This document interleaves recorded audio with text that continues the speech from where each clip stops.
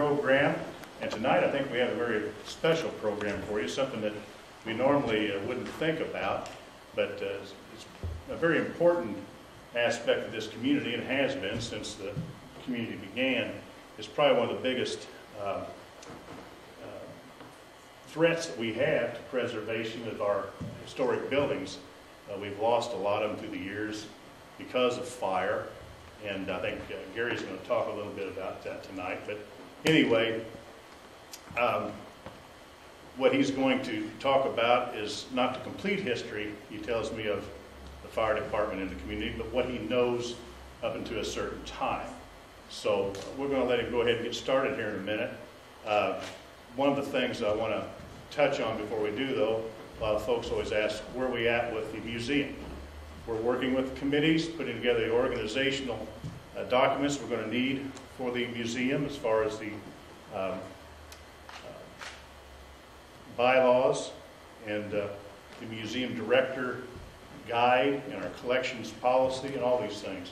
And if anybody wants to be a part of that, you're more than welcome to join those committees. We'll just give me your name and phone number, and I'll make sure you're contacted and you can join and help in that. It's not the officer's job or a certain group of people. We've asked anybody that's a member of the society, and you don't even have to be a member of the society. You want to come in and help us with that. We want public input.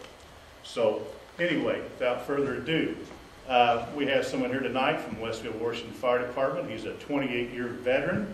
He is he told me he's a coordinator with the fire department, but I know he's held many positions through the years, and he's gained rank as he's spent his years in the department. He's a graduate of Westfield, Washington High School. He still lives in Washington Township, and we're very proud to have him here tonight. I'd like to introduce Mr. Gary Sutherland.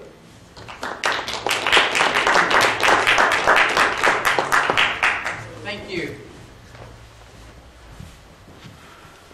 Along with gaining rank, I guess I gained a little weight too, but I don't look like I did 28 years ago when I first started.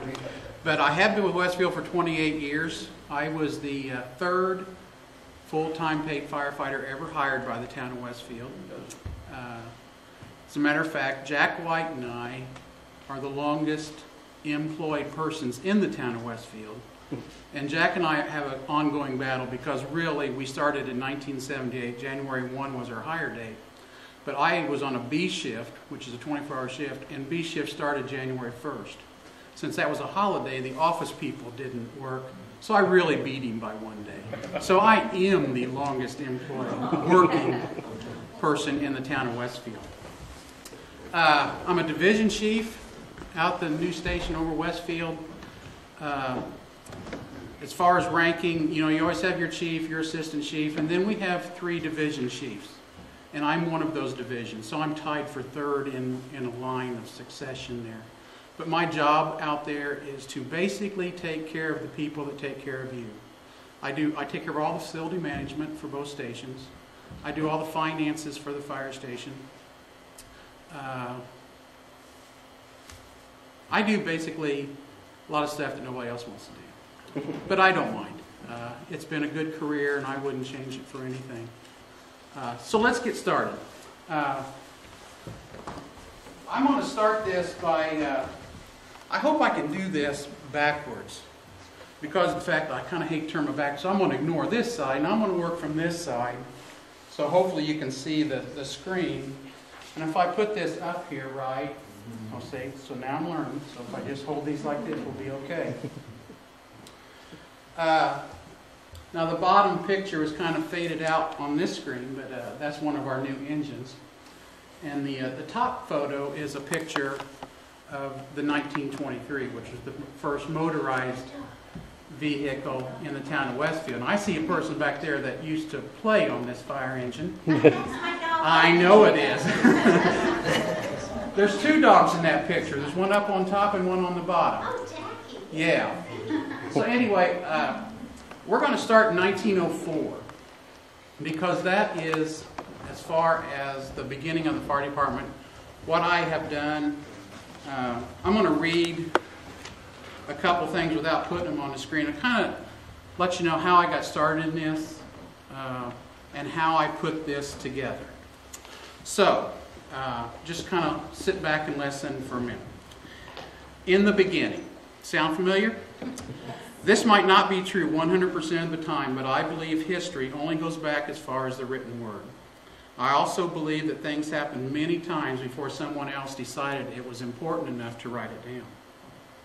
The town of Westfield was founded in 1834. I'm sure people lived in the area way before they started to call it Westfield. It was not until the early 1900s that the fire organization started to form. No doubt, as with the town, before the fire department was established, buildings caught on fire and settlers tried to put the fires out. This does not mean that we had a fire department or even firefighters. At the time, when something was burning, everyone tried to help. The brave men and women that were fighting fires were probably part of a bucket brigade. We've all heard of bucket brigades. There are many things we do not know and many more things we will never know. Some of the writings that you will see here tonight are awfully hard to read. Some of them you can read fairly well, and we do the best we can with what we have to work with. But 100 years after the fact is even harder to remember, try to figure out what they said, because there's no one here to ask. So we kind of have to just go by what we have. There are many people that deserve a note of thanks. One deserves a big hug.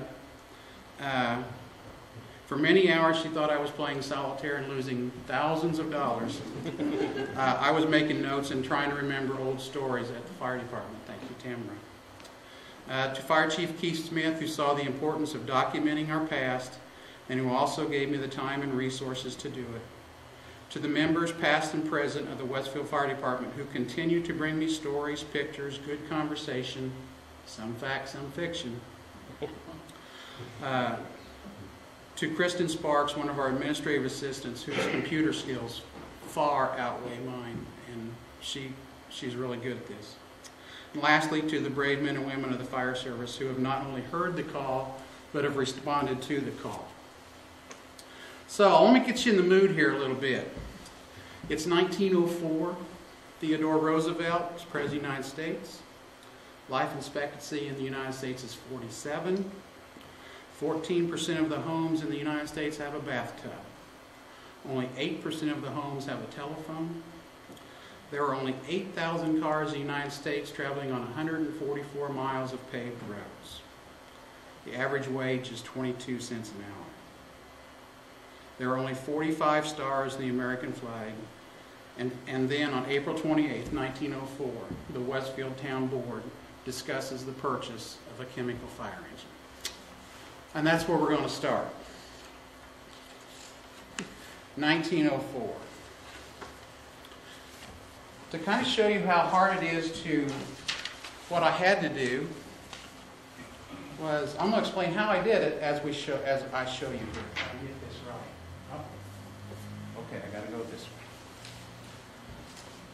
What I decided to do was, when I was reading all these books that Diana Payton gave me, God love her, she salvaged all these books from the dungeon down below here when they had been wet 2 or 3 times, were just basically destroying themselves. And sometime or other, someone is going to have to really put some time and money into restoring these books. I don't know how they go about doing it, but something's going to have to be done. They're real fragile. So I didn't copy every meeting. I copied every meeting that had something to do with the fire department. There's a lot of stories that go with this, but the one I'm interested in is the fire department. I will bring out a few other tidbits as we go along, but this is an original document, 1928-04. It's highlighted in yellow that is fire related. Now, as hard as that is to understand and read, what I did, I took the same thing and typed it. Now, I don't know, can you guys read that? Or there's a zoom button here, but I don't know if we can. Here you go. Oh, that's quick.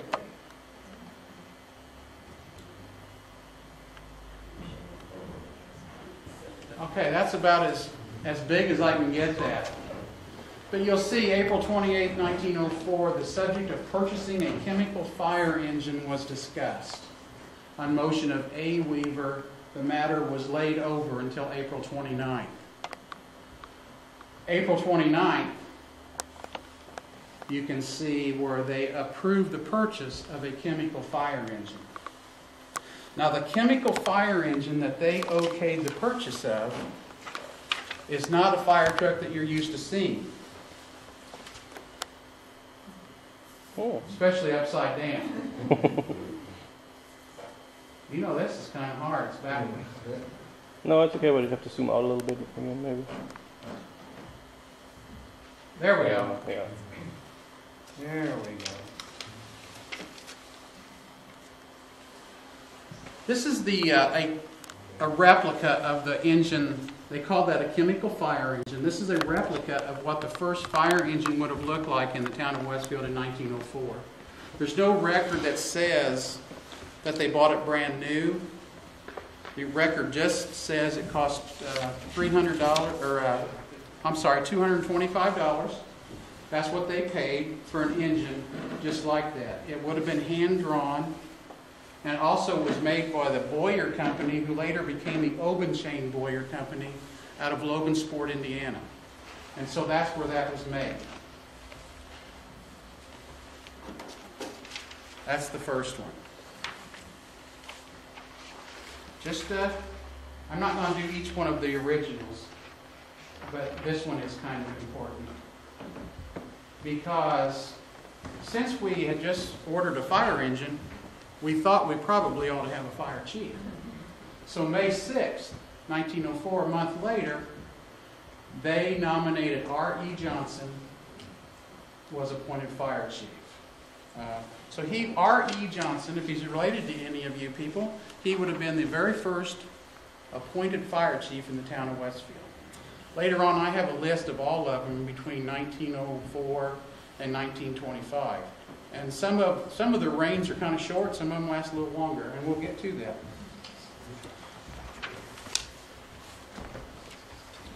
On December 31st, 1909, this is the inventory that the town had taken of everything in the town. The highlighted parts, of course, and that's probably about the last original copy I'll show you. I'll just keep going to my copies.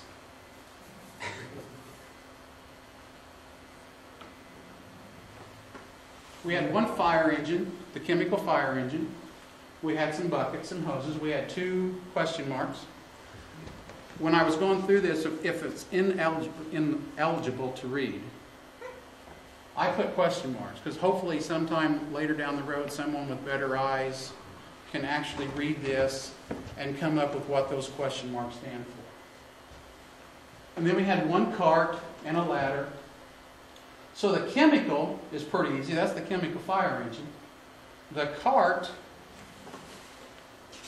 is the hose cart that we still have out at the fire station in the foyer. And I will show you. I'm going to get this right here in a minute. This is a little story that we have out in the foyer of the fire station today. This was Connor Gunn. He was a personal friend of mine. I mean, if anybody's been here very long, or for a long time, I should say, because Connor died in 1979. But he used to tell some of the neatest stories about everyone in town, including himself. But he always said it didn't matter how fast you got the cart to the fire, because whatever was burning was already on the ground. I mean, he would say that over and over again. That was just one of the things that Connor did. And that's a part of history that is gone, and I sure miss old guys like him. Connor and Hank West and the Ballards and the Frank Denny's, and the people that have been here and have seen the changes. This is one of the things that I really want to apologize for, is because I didn't ask these guys the questions that I should have asked at the time. And that's my fault. I sat there and listened for hours on benches out in front of the fire station, letting them tell stories after one after another and another. John Furness was the best storyteller I ever heard in the town of Westfield. Most of them were lies, I think, and he'll tell you that. For tall tales. Tall tales, very tall tales. But anyway, there's no record on when we really obtained the hose cart. And when I say hose cart,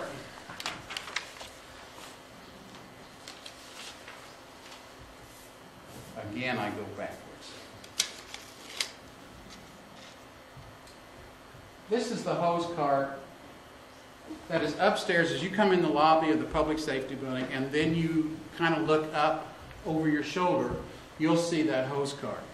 That hose cart was built in the late 1800s. They stopped production in about 1902, 1903. We don't know when we got it. We don't know if it was old or new when we bought it. There's no record of it. The only thing we have left is the cart, which is very important. The stamp that was on the picture with Connor says where it was made. It's a product of the government, and it's hard to read, but the government of Alabama is where most of these things came from. But that's a part of history that we still have. That would have been hand-drawn also.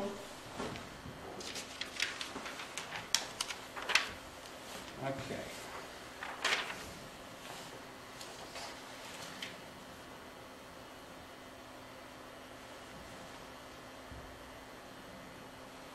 In 1910, you'll see that there's some people's names that you're going to start paying attention to here in a little bit. I mentioned Frank Denny. I don't know if he's related to W.A. Denny or W.M. Denny, depending on how you read the interpretation in the books.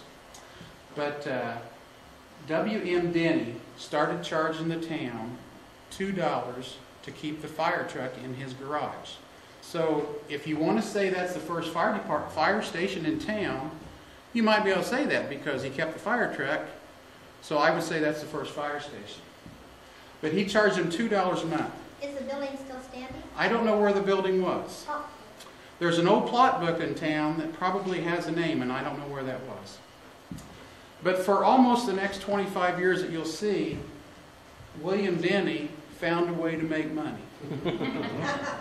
And you got to admire this guy. And he disappears for a while and comes back. Whenever he comes back, he's making more money.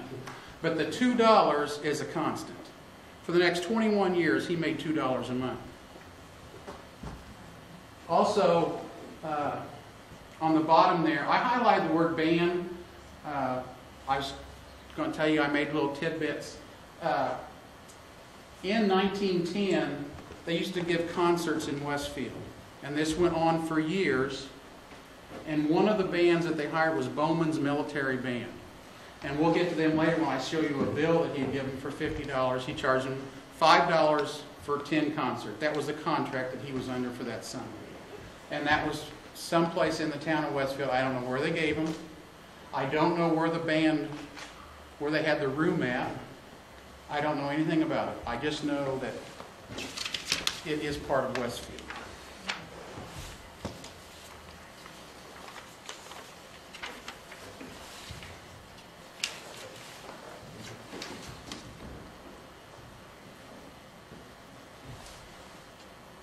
Okay, there you are. Everything's highlighted in yellow from the fire department. A lot of times in these meetings that I copied, the only thing that was up there was Mr. Denny making his $2. But he collected, you can see where it says he collected $2 up into well into the 20s. And we haven't been, your question, Jill, we haven't been able to find out where his residency was. Gary, what year did he go to the station? 1923.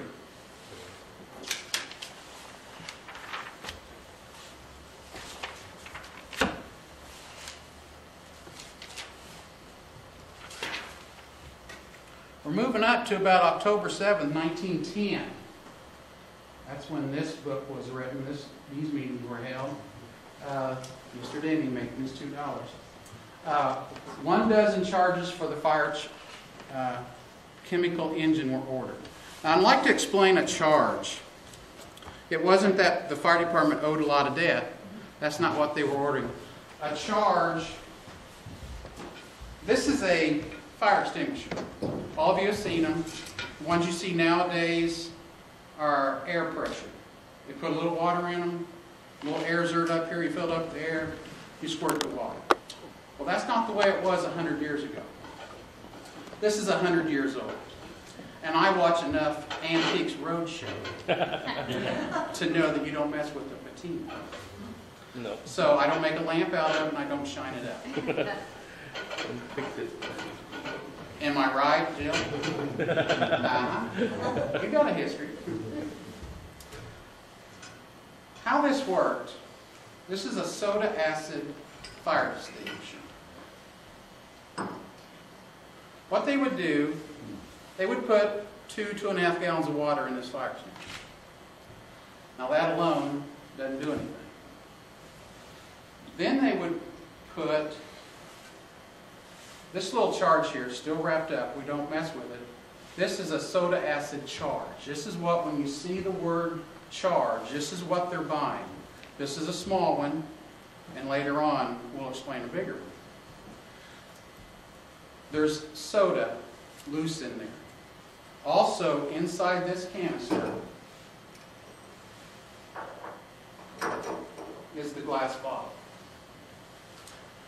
You would put your water in, you would put the soda and mix it in with the water. So you've got soda water.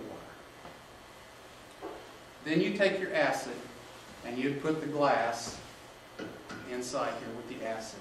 This is a lead weight that goes on top just like that. Now, what you would do, you would turn the fire extinguisher upside down. The lead weight falls out, the acid mixes with the soda water, creates the pressure, and then you spray the water out. That's a chemical fire extinguisher. The two-wheel cart that I showed you was a chemical fire cart. And later on we'll show you the chemical fire engine. But that's how that worked. It's kind of ingenious. What else on this one? Oh yeah, this is the first time we ever get a roster on the fire department. You can see now O.W.M. Denny is now fire chief again. He's still doing his $2. But now he's getting paid $2 per run. So he's found a way to make $2 rent, and depending on the run, he's going to make $2 for everyone he makes. So he gets his 3 assistants. I don't know if you know the names: Edward Gifford, C.A. Chance, and Harry Carter. This is one of the few times that you ever see people's names, their whole name. They just didn't do that very often. It was always A.B. somebody or C.N. somebody else or whatever it is. You can see it H.R. Cloud, A.E. Punkman. There's a John Muskin. But anyway, that's how they normally did it. Okay.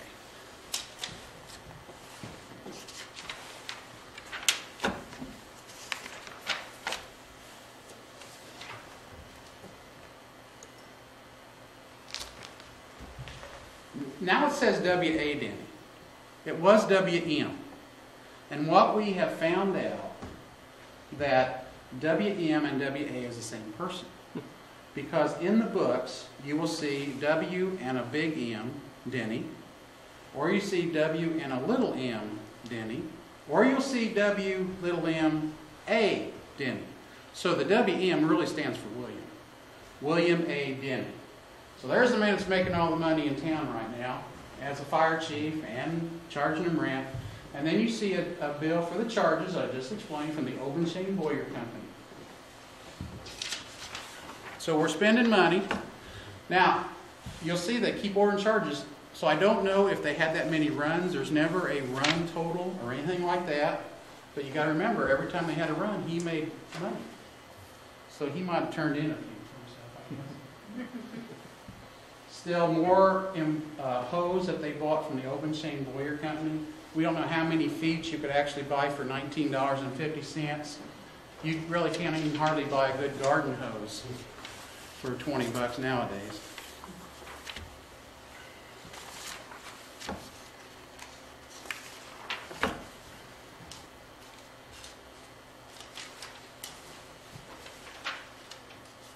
I really like O.W. Denny.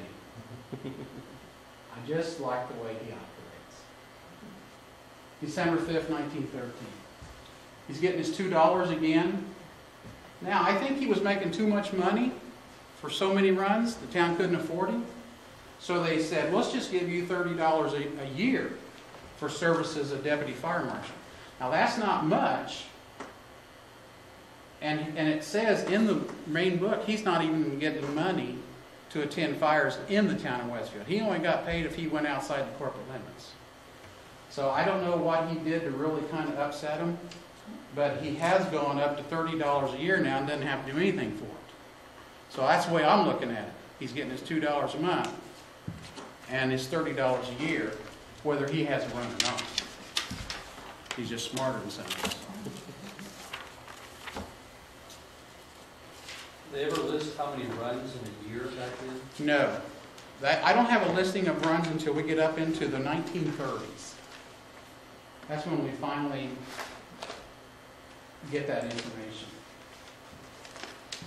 Again, there's his rent money and his $2. That 1 month previous, before they changed $30, he made one run, so he got his $2. But what makes this interesting is Westfield billed the town of Carmel $8 for going down there and helping them on a fire. Now, let's go back to 1914. We've got a hand-drawn fire engine. We went to Carmel and helped them put a fire out. I pondered this for a long time. And then I kind of figured the easiest answer is this. You can go 1.5 miles south of Westfield and have a Carmel address. So maybe they didn't go all that far. I don't think they went too much farther than that, but I really don't have any proof of it. But anyway, it was worth $8. And since we were buying all these charges for Mr. Denny, it was time to start making some money, and so we made $8 off of Carmel.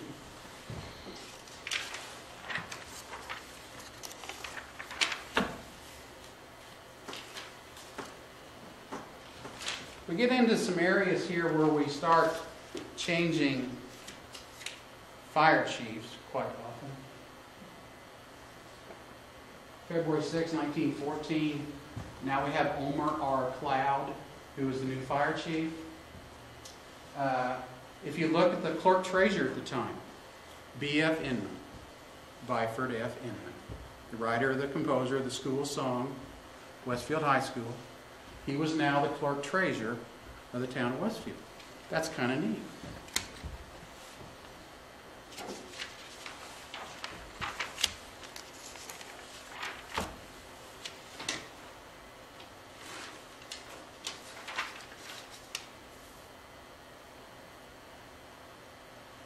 February 22nd, 1915, the marshal, I'd like to read basically this whole thing.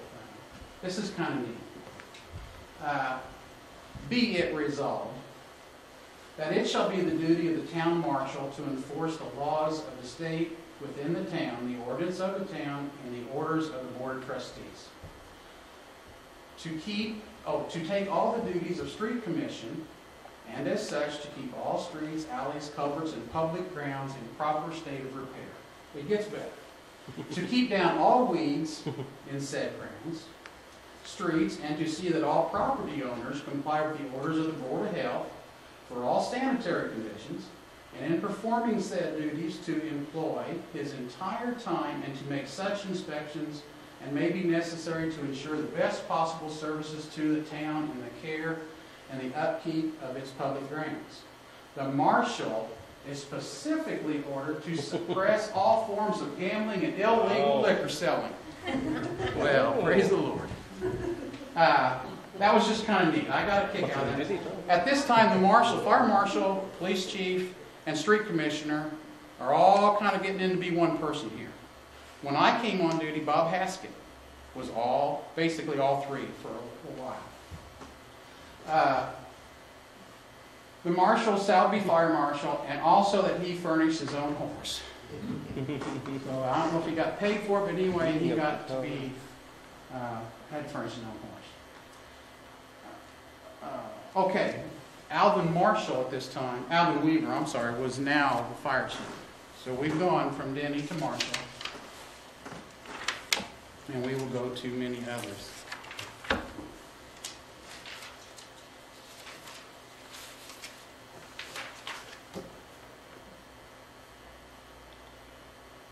April 2nd, 1915, WA is still there. Alvin Weaver, he's the new marshal, so he got his $30. We ordered more charges. Alvin Weaver at this meeting resigned. We're not really sure why, it never says why they resigned, but Rufus Ballard, there's a Westfield name, he took over as fire chief at that time, and he was also going to be paid the $30 per.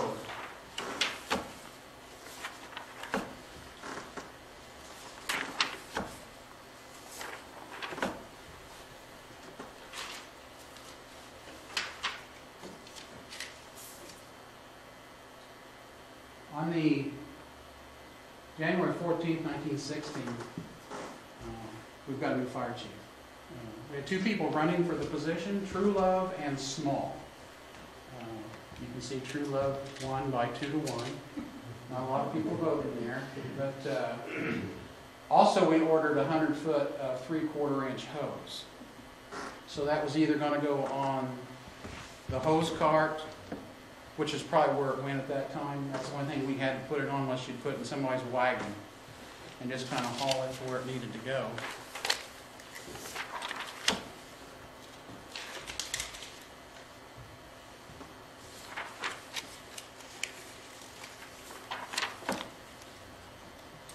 Okay, there was more charges. I'm not hiding anything, I'm just trying to, there's no sense in showing it all, I guess.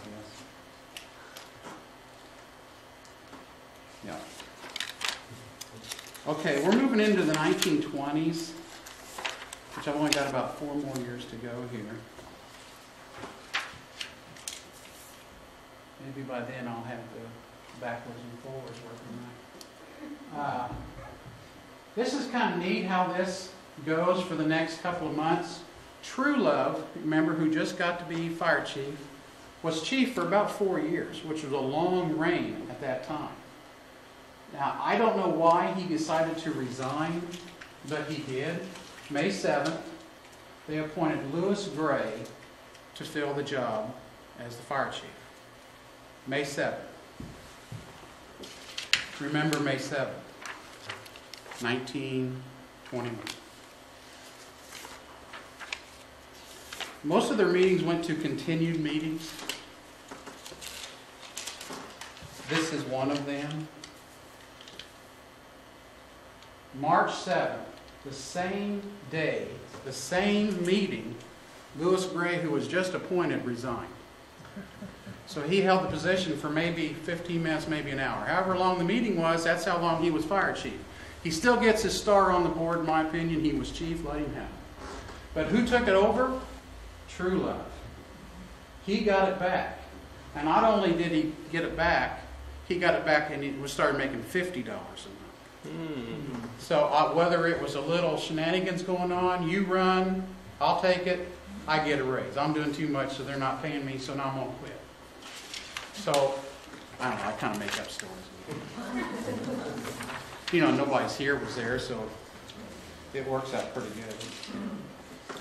Okay, now we just know he made $50. But I'm not sure they really accepted True Love totally. WA still got his rent, but they went from $50 down to $40. They thought $50 is just too much to be paying this guy per month, so they dropped it down to $40.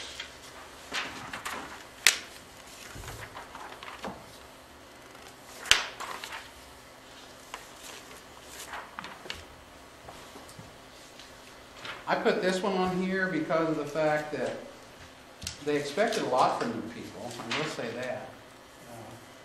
I'm sure these people worked hard for what they had to work with and what for. But we're now back. We've hired Alvin Weaver. So True Love didn't keep it very long again. Since they deducted him $10, he just forgot it. But this chief and the rest of them from now on had to be bonded. And $45 worth of bond, the guy had to pay that himself. The town didn't pay it for him. If he wanted the job to be fire marshal, his first month's payment went to the bonding company.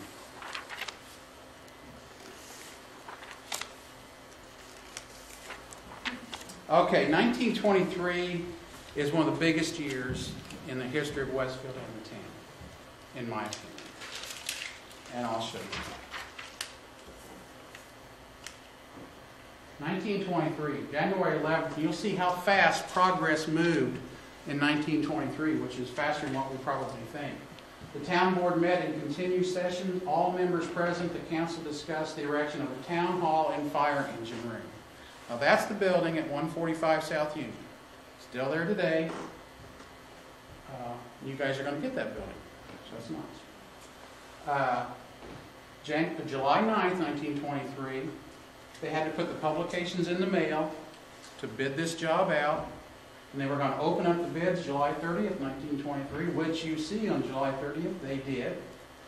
And W.A. Wicker won the bid at $1,130 to build that building that you see on South Union. And then a month later, we needed a new fire chief.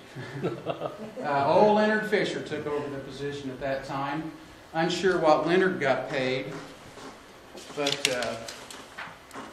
I'm sure he got something. I put this in here just because it was in the book that I had. It's September 1922. The other half of it is on those sheets in inventory. But this is basically a funeral home article. And the guy that they're talking about is Charles Coltrane, who used to work with the C.M. Chapel Company in Westfield and Kirkland. I don't know who C.L. Chapel is or anything about him, but it just had something to do with Westfield, and so I thought it was kind of neat.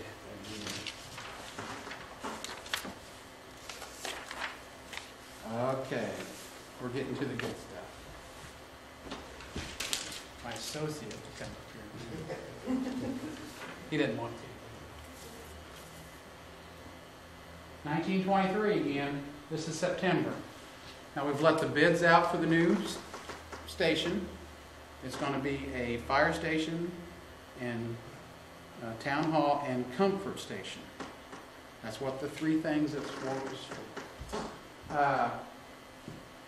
Still, 20 years later, our OWA is getting us $2. We have a new fire chief. This comes as no surprise. John Mustin was now the marshal. And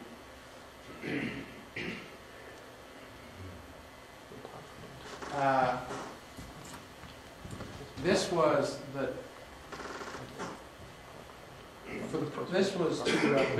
to discuss building the payment of the new building down there, for the purpose of determining whether bonds of the town not exceeding $2,000. So we know the bid came in at $1,130, but they were giving themselves a little extra just in case they needed to put windows in, maybe. I don't know.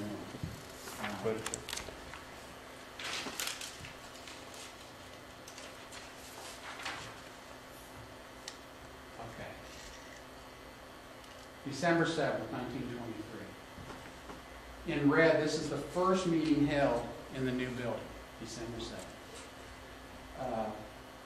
And right above that it says, the board received a petition from a majority of the resident property owners, 74. So if that's a majority, 145 people lived in the corporate limits of town, voting members, in 1923. And they had this meeting to discuss the purchase of a fire engine in the amount of $1,925. I'll read this on the bottom here, because we're real fortunate. One of my notes, I always put my notes in red down there. The fire apparatus being discussed here is a 1923 Model T. This would have been the first motorized fire engine ever purchased by the town. After many years of service, to be determined, the engine was on the property of Herb Sweet. Mr. Sweet owned Acorn Farm, Camp Huntworth. Later, the engine was given back to certain members of the fire department. Jill, if I'm wrong on any of this, you just let me know. Today, the 1923 Model T is in the capable hands of Gary Sutherland. The engine has been restored to original condition. Gary and his wife Becky are members of Washington Township. Gary's a past Westfield volunteer and retired member of Washington Township, Marion County, and many thanks to them. I've got some pictures, and I'm going to let Gary come up. Oh, good. No, I really want you to. No, because you need to explain this. Come on up. No. Come on up. Yep. This is the 1923. You see both your dogs there, Jill? Uh-huh. Okay. Gary, you can explain who these people are. Two guys in the truck. That's the only picture we have of the truck when it was in service. And the only names I have is Heavy Mendenhall and Gene Doe. And I don't know what Heavy Mendenhall's first name really was, but my Uncle Bob said that's who they are. So that's the only picture we have of it in service. No. Easy, Jill. You want my pen? Here. Use this and kind of point out some important people. This is the truck when it's using playground equipment at Acorn Camp. And the little girl on the back hanging on for dear life is Jill. I think. I'll have to buy us one. You remember that day, Jill? Yes, I do. I do. That was on my school buddy. And Herb Sweet was good enough to put a couple of coats of paint on that every so often to kind of preserve it. There's a couple pictures of it that we're putting back together. My son's been helping me, some other people. So we're getting there. We're getting close. It looks wonderful. It was pretty sad when we got it. It was the hood had been screwed down so the kids couldn't get their fingers caught in it, apparently. And the top radiator hose had actually rotted away, and a squirrel had got there and shoved walnuts down inside the engine. And it was pretty sad. And we're getting back together, and it runs good. So, a little more body work, and we're there. Wonderful. Now explain how that comes. Well, This also was actually, a it chemical fire engine. It was a tank right behind the driver's seat, and it held a bottle just like this one. And it had gas in it. On the way to the fire, the guy riding the shotgun reached back and pulled the lever and break that bottle. And then on the side of the thing, there's you can't see it on the picture, but there's an agitator, and he'd have to crank, and also run the siren. Well, no, go ahead. Oh, good siren. This siren belongs to Jill. When she loaned it to me to put back on the truck.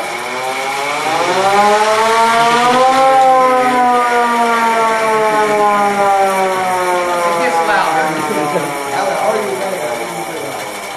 The only thing we're really missing on the truck now, of course the ladders have to be rebuilt and everything, is the bell. And we think we know who has the bell. And we're trying to get it back. So, I'd like to have it done by the end of the year, but I don't know if I'll make it or not. Okay. We'll definitely need it in 2009 for the 175th anniversary of the town. That'd be nice. Yep. Shoot for that. Okay, January 10th, 1924, after we purchased this fire engine, we tried to find ways to make money out of it. And, because we still giving money to Mr. Denny. But we made a run outside the township. And they charged Mr. Chance $25 for coming out to his house. Now, that was probably a lot of money back in 1924. But, again, we had to start getting some revenue in off some of our expenses. Okay, we're almost there. I just wanted to give you a surprise here. We got a new fire chief. O.H. New. Now, here's a promise to only take it for 1 year. And I'm not sure he even made it a year. But he might.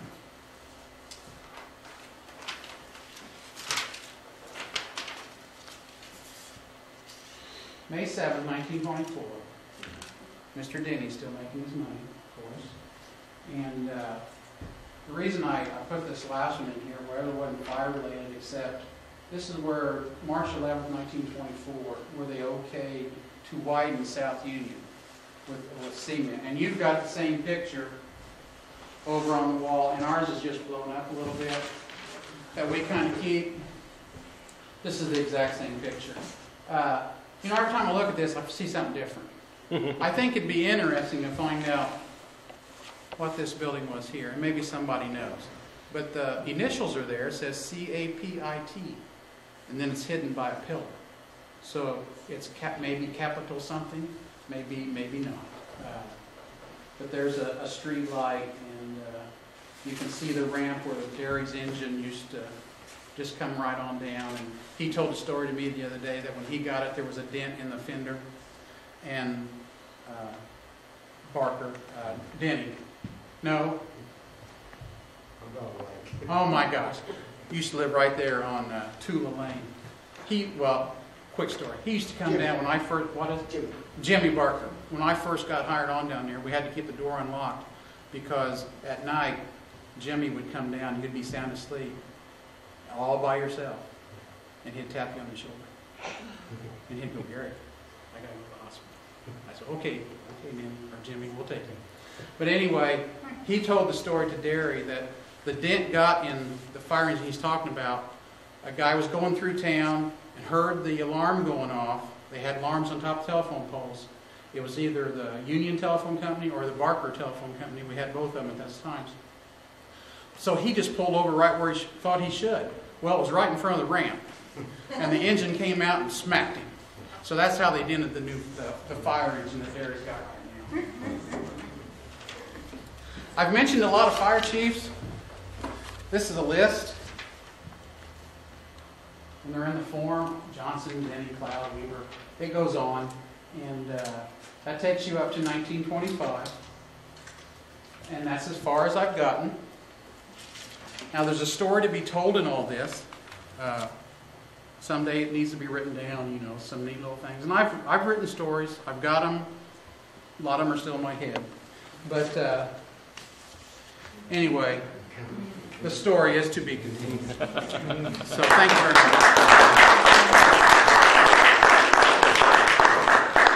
Anybody have any questions? Yeah, thank you. Oh, you're a nice man. Have a cookie on me. No, I was really 27 when I started. Yeah. It was I just started by accident. I can tell you the exact day I started as a volunteer. I don't remember the exact day. I remember what happened that day. It was the day that Charlie Firestone's garage burned in Eagletown. Now, you remember where that was? Okay, you do. But I was driving by, and there was Bob Meixel. He was kind of doing what Bob Meixel did. And I just stopped because I knew most of the firemen and was just talking. He said, hey, there's an opening. Joe Wheeler had just resigned at that time. And he said, why don't you come to the meeting tonight? So I did. Became a volunteer that day, and 3 years later I became a paid fireman, and kind of the story has just continued to go. How many volunteers are there today? There's only about 7. Yeah. We're just about totally paid anymore. Probably in the next 2 to 3 years, the volunteers will be a thing of the past. Because most of the volunteers we have now want to be full-time firemen. And it's a good training ground for us. And we will probably hire 3 or 4 of those in the next 2, 3, 4 years. And then the other 2 or 3 that are left are over the age limit of 35 and can't be hired full-time. And they will just stick around as long as they want to. I mean, we're not going to get rid of anybody. They've been dedicated people, and we're just going to keep them as long as we possibly can. Yes? You know, was Connor Gunn, because Connor Gunn was my uncle. Oh, he was? Yeah. I used to listen to everything. Was he part of the fire department? No. I don't think so. He just hung around. He just hung around, and everybody pulled the cart. Okay, I just wondered. Whoever was the closest pulled the cart, I think, and Connor was probably close. Connor had a good little story. He told me once that there was a bell on that pull cart, and it had a little flipper on the wheel, and he'd come around and ring the bell every time to make a levy. He says, when you hear them come out there, it'd be ringing, it gets slow. Especially uphill. Yeah. Connor told the story to me one time that he pulled that cart out, him and another guy, and the bell started getting slower, and the people were up on North Union a little bit, waving for them to come. And Connor and the other guy just dropped the tongue of the cart and said, "If you want the darn thing, come get it yourself." That was Connor. He was precious. Gary, what's the current staffing level of the fire department? We have about 45 people total. We run 11 firefighters, 2 medics every day, and we have a staff of 5 or 6. That includes the secretaries and all that. But we're looking to expand like everybody else. Population's growing. You build elementary schools, you almost need fire stations too. It's harder for us to grow because we've been covering the same 56 square miles forever. And what people forget is we used to cover cornfields. Now we're covering 400 or 500 homes. So there's a difference. There's a need there. And it's hard to sometimes get that put across. But we work real well with town council and have for years. They've always been good to us. And hopefully that will just continue to go on because we need good working relationships with all the politicians and us. And without that, we can't really do too much. Are there any plans for another fire station right now, or? No, not right now. Some of us did get to make the tour of the fire department. It's a nice place, isn't it? It's a real nice. Sleeping quarters were what really got us. Yeah, yeah, there's 15 beds up there. You know, a lot of people wonder why you have, 10 recliners sitting out in the day room, and you have all this fancy, kitchen equipment. I mean, we've got commercial stoves, but you got to think there's 11 people that eating 3 meals a day there. Live there. Yeah, it's their home. Every day they go to work, and all a fire station is a house with a great big garage. I mean, we have a lot of equipment in it, and no man can ever have too big of a garage. But it's their home, and we try to give them what they need to make their stay at that 24 hours a lot easier. You never know what they're going to be doing in 24 hours. When the call rings, their blood pressure has gone from 0 up to 150, and they're on the move. And we just try to make it easier for them. You said no man can have a big enough garage. Any female firefighters yet? No. No, at this time we don't. We've had female volunteers over the years. We've had a lot. We have, I think, 4 or 5 paramedics that are females. The time will come. Whenever we hire, we have to do it like everybody else. You have to put the ads in the paper, and you do it just like the law says. They have to take written tests, oral tests, physical tests, backgrounds. I mean, they do it all anymore because you don't know these people. And so we try to learn as much as we can about them and just take it from there. But it'll happen, and we're ready for it if it does. I mean, we don't have to change anything. There's female lockers and showers up in the bedroom's all the same. We have never made separate sleeping quarters for female and men. It's just one great big want and you've seen it. And we don't want to change that. I mean, you don't want to. Well, you just don't want to put people in a separate room. It's not good business. Let's keep everything out in the open, and it's just easier for us to keep track of everybody. And of course, we have 2 stations. We have 2. The other one's down 151st and 31, right there by the Walmart. There's 5 people down there all the time. Part of the 11. 5 of them are down there. There's a medic at each station. And that's growing down there. That's probably just as busy a station as this one is up here. What's the cost now when they make a room? There's no cost at all to a fire run. It's based in your taxes, your property taxes. Not to the homeowner at all. Huh? Not to the homeowner at all. When we come out to your house, we can spend 3 days fighting a fire or 15 minutes. There's not a bill to you whatsoever. Doesn't sound like Indianapolis. Yeah, I don't know what they're getting ready to do. You pay there. Yeah. The ambulance run, that is expensive. That is not included in your property tax dollars. Riverview Hospital does all of our billing. So if Riverview Hospital charges $800, we'll say, we get $300 of that. It's guaranteed. Whether Riverview gets their money or not, we get our $300. Now that's a regular basic life support, BLS run. An advanced life support run, ALS, is probably double that, because then you're using a paramedic, you're using drugs, you're using specialized equipment. You know, when we start thumping people and putting them on heart monitors and bringing them back, it's expensive.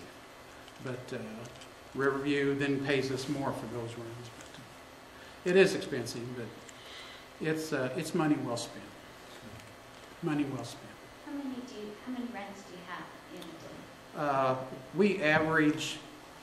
We really average about 6. Doesn't sound like much, but day before yesterday we had 14. You know, they were out all day long, 14 runs, and the day before that they didn't have any.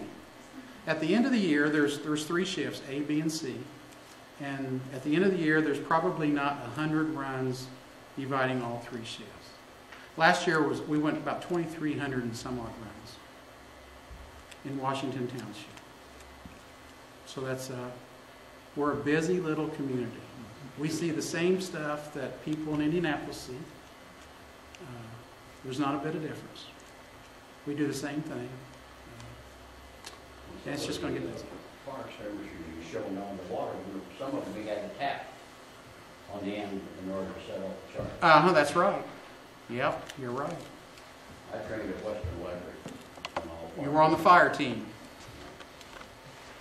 Gary had relation with Western Electric, didn't you? I thought you had some. We bought something down there making house. Gary, like today, of course, you have a lot of good equipment, and I'm glad we have it. A lot of techniques, a lot of training.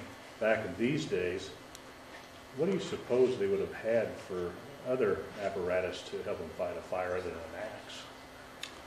You know, I really don't know. I think the bucket brigade was probably the first thing, and they probably kept that going no matter what kind of equipment they had, because they really didn't have equipment. With the pull cart, the chemical fire, that held maybe 200 gallons of water. Probably not that much. Probably not that much. You're not going to do a lot of damage as far as helping put a fire out with that. But then the things that they had that were burning don't burn as quick as the things that we have today that burn. So you've got to look at that also. You're talking maybe some log homes. You were just mentioning the log home you sit up here. Well, when it caught on fire, I mean, you're looking at walls that thick. It's going to take a long time, and they put that out. Whether the fire department put it out or the property owner themselves put it out, we'll never know that. But the tank on the pull cart is the same tank that's on the 1923. We didn't increase volume any, water capacity. We just increased the time to get it there. So now we're motorized. And so we start saving things probably at that time, when we could actually get there. If there was somebody in town that could go down there and get it. I know you said it's going to be continued, and I'm sure we're all looking forward to seeing the next steps, but do you remember when the next fire engine was purchased? After this one? No. No, I really don't. 50s or 40s? Well, when I got there, we had a 1951 Studebaker. 53 Studebaker. Probably. But I don't know if there's anything. Dairy Mine. Was that old tanker in between there? No, the pumper in between there called the Dodge. Okay. And early 40s, I think. Okay. Yeah. So probably that fire engine that Dairy has might have been in service for 20 years, and then they went a little bit better, a little bit bigger. So. You know, along those lines, I'll tell a little story that Bob Meixel related to me about the engines. You got a new engine around 1965. It was maybe a Ford, if I remember right. He was telling me that every once in a while you have an insurance rep that comes out and rates according to how you can get to a fire as far as time and what kind of equipment you have. Mm-hmm. And Bob said that they had put the old Model T over to the back side there, just sitting there. And the guy came along and says, well, is that one of your engines? He says, yes. He said, it still run? Yes. Yeah, I wrote that right down. But that's 1965, and he gave you a better rating because you still had the old Model T in service. I don't know what year Jill received it. Did you receive it before 65? You know, Jim, I think that was the Dodge. Was that the Dodge? Because I think the T went to, Earlier? yeah. Well, then Bob probably got it mistaken, but that was what the story He was told me telling. that story, and he said they actually started it. He said, we went out and hit the key and it took right off. Mhm. Well, you couldn't do that with the T because it was cranks. You're right. So he's, okay. So I think he got, Yeah. Well, it was always a funny story to me when he told me they could get you a little better rating with a piece that was just Jill said they thought they got it in the 40s. 40s. Really? Probably when the Dodge bought it was just replaced. Well, hopefully the next book that I get into will answer some of those questions. Yeah, because I know there's a lot more history there, and I tell you, you've done a fabulous job with what you gave us here tonight.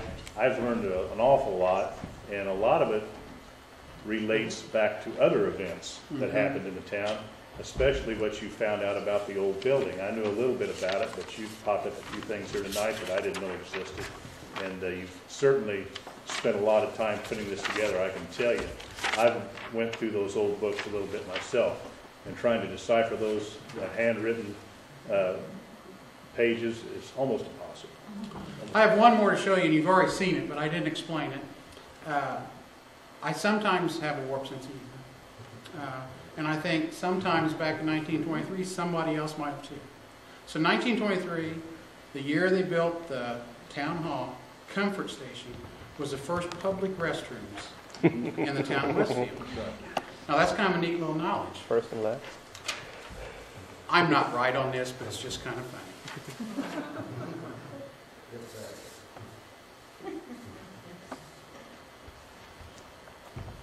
The third person down is the guy that bought the toilet paper. I believe the town forefathers had a little sense of humor, and they would say, we've got public restrooms. Come to Westfield and see our Johns. I don't know. I'm sure he's a legitimate person. But come to Westfield and see our Johns.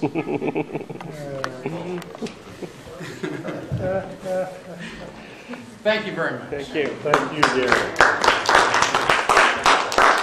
Since you gave us all that and you like CM Denny, I'm going to tell you just a little bit about Mr. You know him? Denny. Well, of course, I never met him in person. Yeah. He used to own the livery stable here in town. The livery stable used to sit exactly where the post office across from Mufflers and More, which now is, is owned by somebody. That's where the livery stable was at, and the government bought that to build that post office back in, the 60s. He used to also run the hack that met the trains, the Monon train, and there's a couple pictures in the R. Westfield book of him doing that. Also, his picture is in there.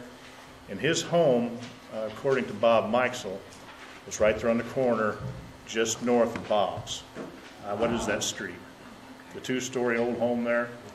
That was his home. I don't know if it was his home forever, but he did live there, according to Bob Meixel.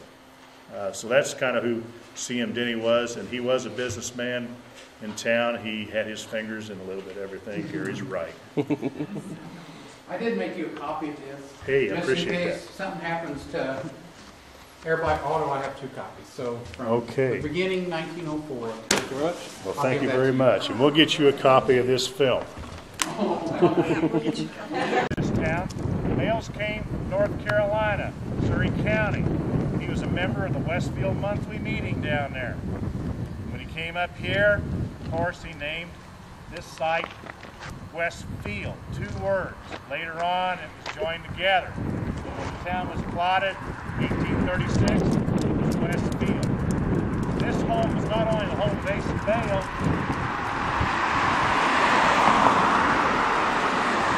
but in 1900, it was also the home of George Van Camp. How many people have ate a can of pork and beans? George Van Camp. Operation here in Westfield, 1900. The factory was over by 31 across Hardy's, next door to where Curtis Dyna Products is at. His great-grandson still lives in this home, Mr. Tom Hall. A lot of people, they don't realize that this is where it actually started. He canned a lot of green beans and pork and beans and other food items, and they were shipped over in World War I. He fed a lot of the troops. Some of the people that actually fought in that engagement or war from Westfield back letters on the labels of those cans, and actually a canned product before they left. A lot of people worked in that building. Later on, this is also the home of Roy Hadley. You noticed he started from Hadley Park up there on the corner. Roy Hadley was a citizen of this community all his life. He was a businessman here. He was well liked and respected. I don't know of a more honest man that I ever met in my life than Roy Hadley. He lived here at this home for many years until his death. And when he did pass away, his family left some of his wealth for the park to be developed in his honor. So, any questions at this site? None? Okay. Well, we'll go on down the last site. We put it on the tour today because we felt it was important moment in the town of Westfield. This was the site of the orphanage in 1900.